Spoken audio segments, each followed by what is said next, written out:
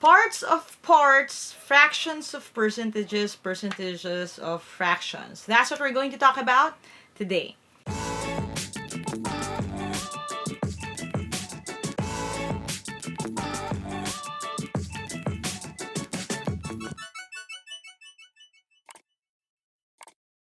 Hi there, thank you for checking out my channel. Thank you for clicking on this video. If this is the first video that you're watching from my channel, I make educational and motivational content. So if you don't want to miss any of my new uploads, don't forget to hit subscribe and hit that bell icon. Now, itong video na to ay ginagawa ko in response to a bunch of you sending me questions na humihingi kayo ng tulong sa topic na ito. And ito yung parts of parts nga. So what is 15% of 10% of 24? Something like that. And how do I solve it?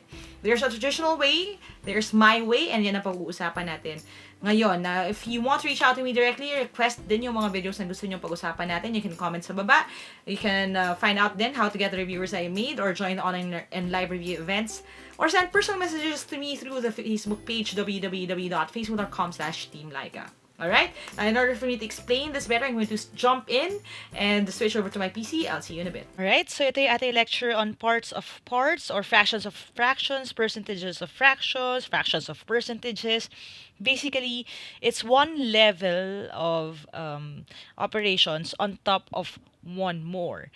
And if you haven't seen yung video ko on using ratio rotation for percentages, I will link it sa taas na lang muna. Go ahead and watch that kasi that's fundamental dito sa lesson na ito. Dadaanan ko rin really quickly mamaya. Bibigyan ko rin ng example, pero mas maganda kung nakuha nyo na yon. So, kung hindi nyo pa napapanood, pause nyo muna to, balikan nyo na lang mamaya. Alright? Now, ito yung sample question natin, yung sinasabi kong parts of parts. Sabi, what is 10% of a quarter of 280? Now, paano ko to isosolve? Actually, there are a couple of options. Ang first option mo would be yung multiplication method natin. Ito yung traditional method natin of solving things. Basically, na-discuss ko na rin to before sa ating discussion on percentages and kahit sa equation construction natin.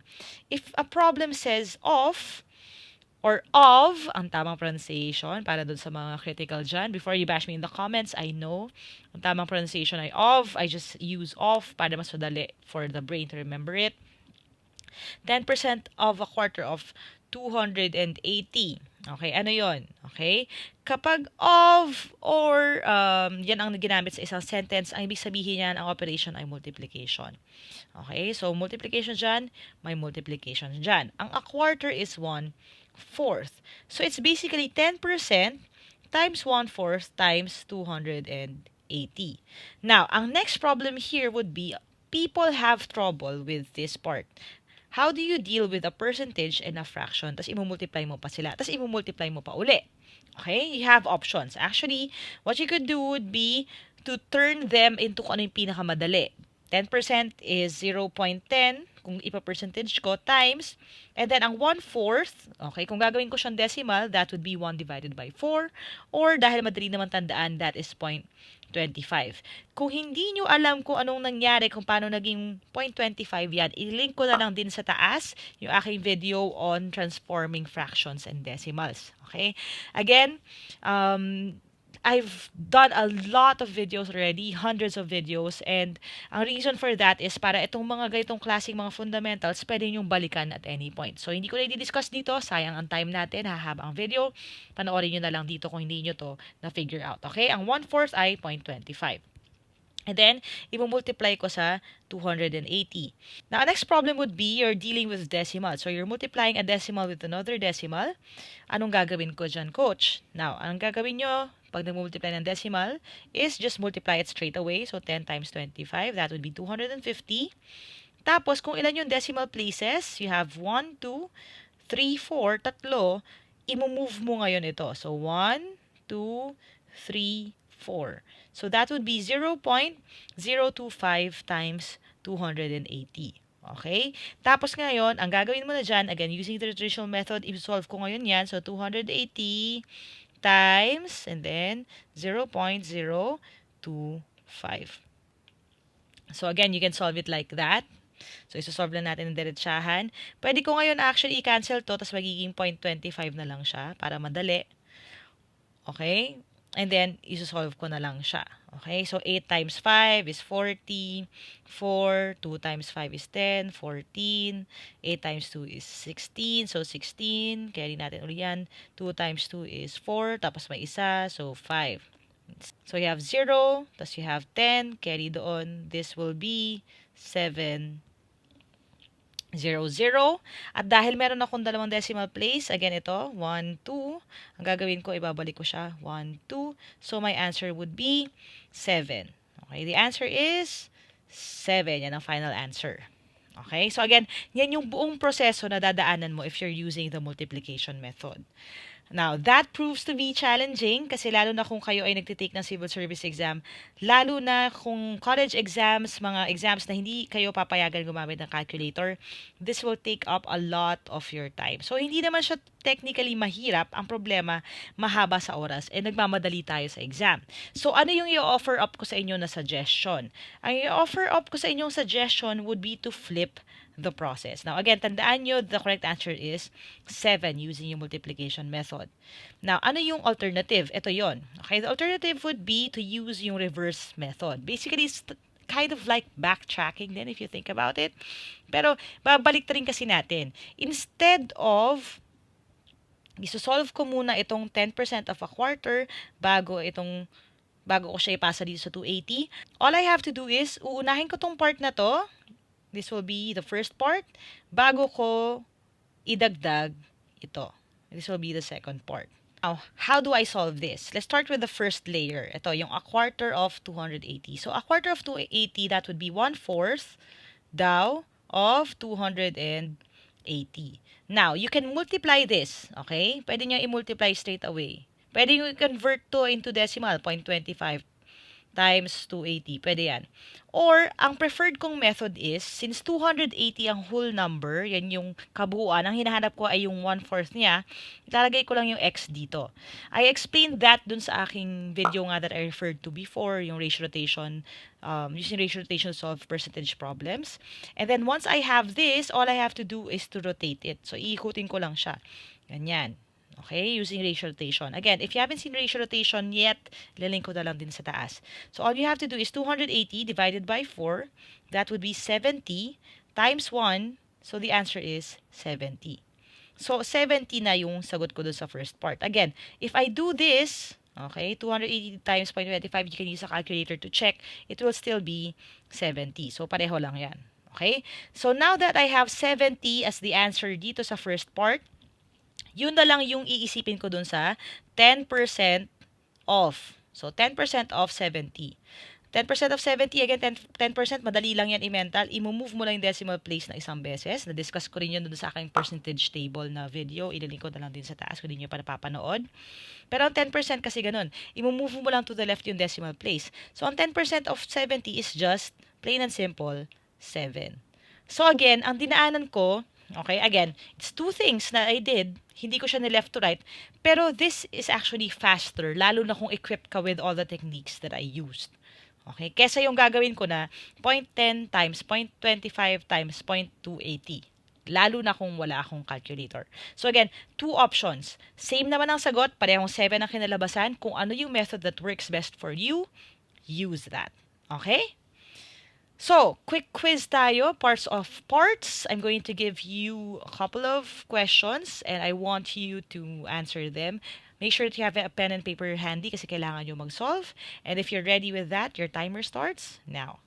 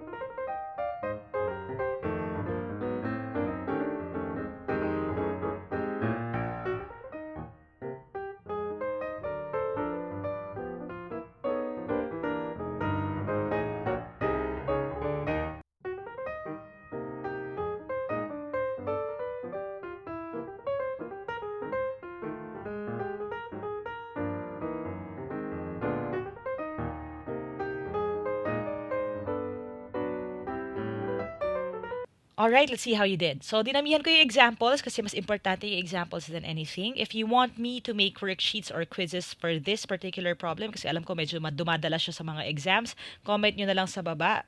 If marami kayong may gusto, I will make that and put it up on my website for you guys to answer for free. Okay? So, iisa-isahin lang natin siya. Again, if you want to solve using yung traditional method, which is multiplication, that would be 1/8 times 15% times 240. Okay? So, again, hindi ko na siya iso-solve. It will take so much time. Okay? If you want, you can use a calculator for that. But for exams, katulad ng civil service, bawal ang calculator. What do you do? We'll start with the first part first. Again, dito muna tayo kasi reverse tayo, no? Dito tayo magsa-start sa dulo. 15% of 240. So, ang 240 ang base number natin.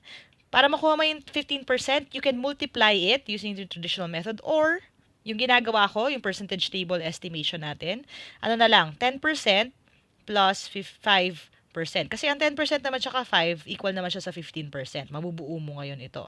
So, ang 10%, i-move ko lang yung decimal places ng beses. That would give me 24. Ang 5 ay kalahati ng 10. So, ang gagawin ko lang 24 divided by 2.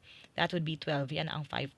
Kung naguluhan ka dyan, again, diniscuss ko yan sa earlier video. Just watch that. So, i-add ko lang ito. This will give me 36. Okay?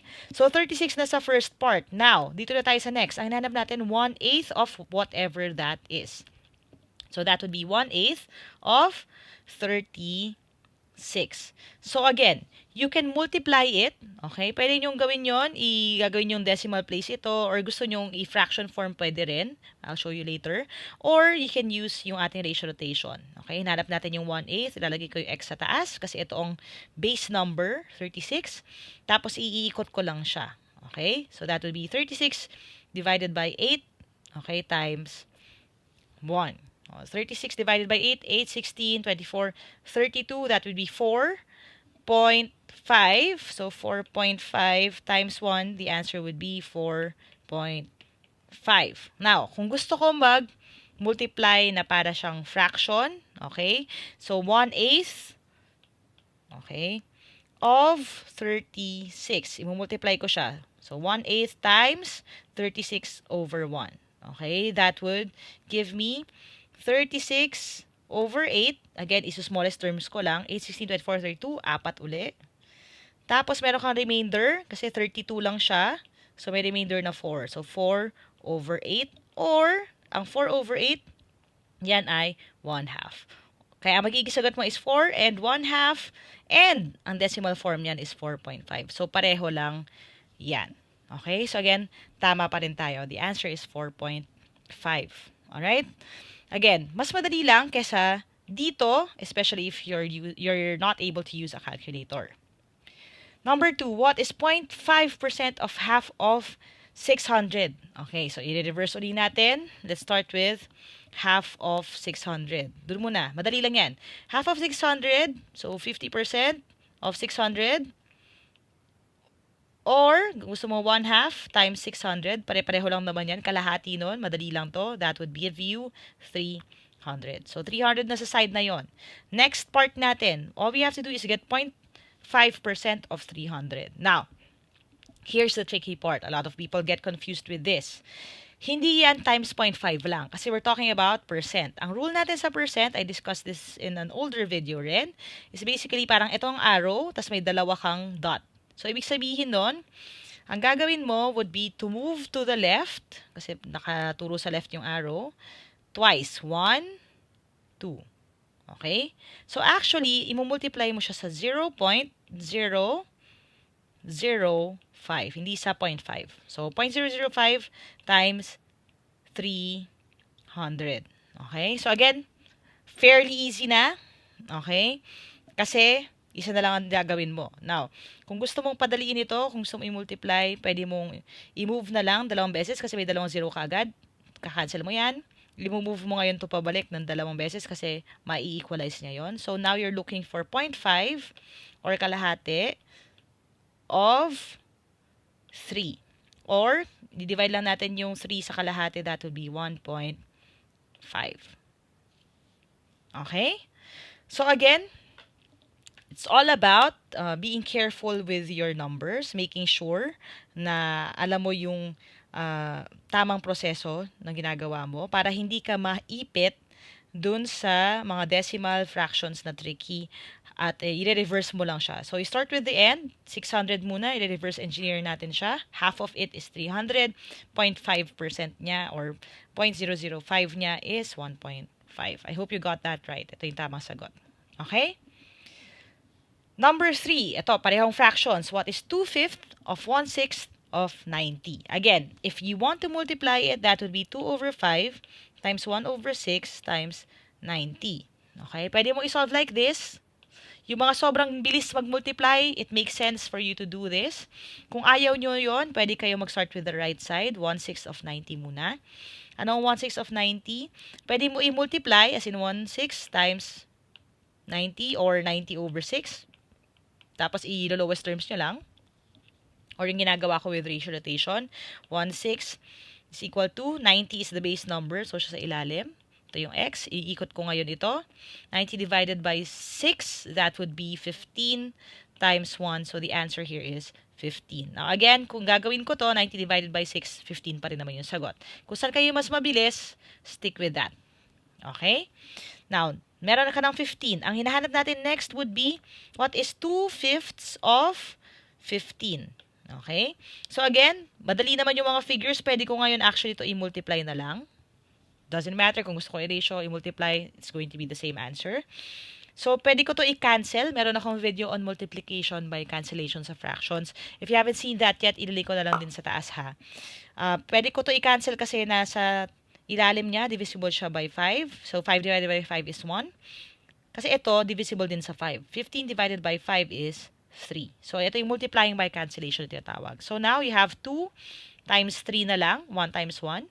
So, 2 times 3 is 6 over 1 times 1. 1 lang din naman yon. So, the answer is 6. Okay?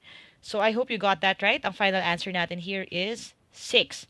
So, again, kanya-kanyang process yan, pero I hope kahit papano this gives you an alternative kung ano ang gagamitin ninyo. This comes into play even later kasi there are questions na kailangan mo i-reverse engineer, parang backtracking siya with this problem. Don't forget to subscribe to the channel and hit that bell icon. That would be what we're going to talk about next sa susunod na Math Mondays video. And I hope you got all 3 answers correctly. If you didn't, that's okay. I'll be posting more questions on my Instagram account. So if you don't follow me yet, follow me at Lyqa Maravilla for more quick questions. All you have to do would be to follow me there. Watch out for my quick quizzes sa aking Instagram story. Participate doon para malaman ko kung nakakatama kayo.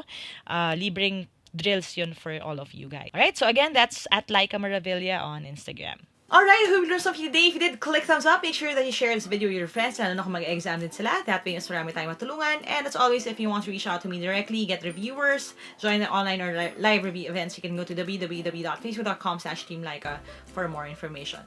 Thanks guys for watching. As we always say dito sa team na to, never stop learning. Adja, kain yan. I'll see you in the next video and bye for now.